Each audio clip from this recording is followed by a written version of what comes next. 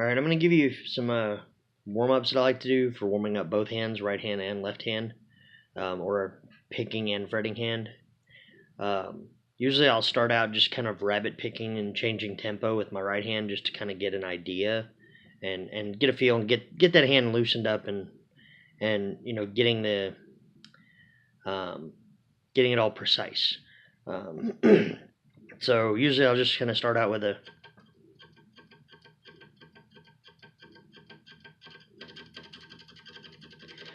and just build up the speed to a comfortable point, and then go down a string. And I am palm muting it just to make it not rattle as much because I'm not even using an amp right now. So and go down a string, slowly work your way down and back up. So I've already warmed up, so that's kind of just simple for me. Another one's going to be a real good one, and this one you can do multiple ways. Okay, I'll try to move where you can see this a little better. I'm going to start just on 12th fret. I'm in standard tuning. It's going to be a real simple progression. Randy Rhoads used this a lot for warming up and just playing around. It's one I've always liked. So I'm going to just alternate picking all the way down. It's a 6-string scale and then back up. We're going to start on the 12th fret. So it's going to go 12, 14, 15 on the top string, or if you want to use your pinky, you can. So we're going to go, and we're going to put like classical inflections on the root of the scale. So this one being an E, you're going to have it here, here, and here. So we're going to start off with a little vibrato, hammer on, then 15, then 12, 13, 14, and then 12, 13, 14 on the D string again, and get the little bend in there. Step down to the G, we're going to go 12, 14, 15, B, 12, 14, 15, and then we're going to go get the little vibrato there, a little classical inflection on the E on the 12th fret of the bottom string again, and then we'll go 14, 15, 14, back to 12. So then we're going to go backwards down the scale. 15, 14, 12, 15, 14, 12, 14, 13, 12, 14, 13, 12, 15, 14, 12. So you can do this alternate picking, so you can just,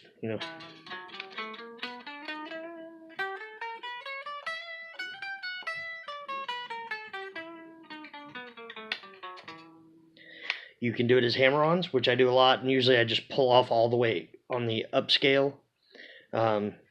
So I'll pick each string to start it, and then hammer on through that part of the progression. But then when I come down after the little trill, then I'll pick the B string, and will literally just hammer on, pull off the rest of it up. So it's gonna sound a little bit like this. Wow.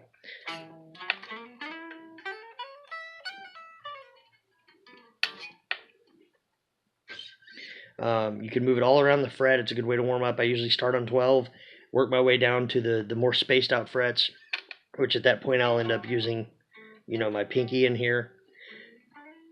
Like I said, it's a real simple one.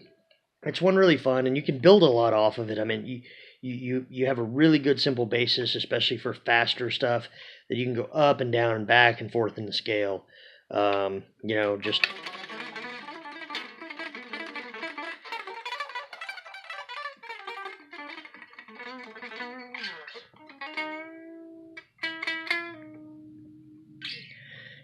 I said, and you can move it all over the neck.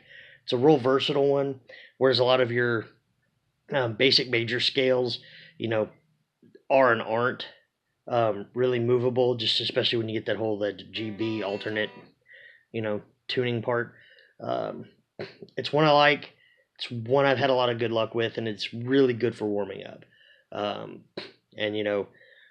I said, I'm playing right now, no amp, not plugged into anything, just sitting on the bed. But figured this might help you a little bit, give you a little bit of some of how I warm up, and it's a way I've done it for 15 to 20 years. So it's a really, really good, simple, just kind of, way to kind of get like loosen things up a little bit to get started, and freeing your hand up. Another one I've done is kind of the same thing, but instead of going to the 15th fret on the strings, I'll alternate and go up to the 16th and get that long pinky reach. So it'll be 12, 14, 16, well, 12, 14, 18, 17, 18, yeah, 12, 14, 18, and do that, and you get more along the lines of like a lot of what Dime played. Dime would play scales, but he would throw in a higher note. So instead of doing the progression really simple, he'd still be doing a major scale, but he would go picking the notes, and then he would go high, but then on the next string he would go back to 12, which was actually the same as the 15th fret on the 17th fret on the string before it. So you had this kind of wavy scale that would go up and down throughout the middle of it, and it always added to the depth in his playing, and it's something that he had taught me at one point. And it's a way to build a scale from the normal simple,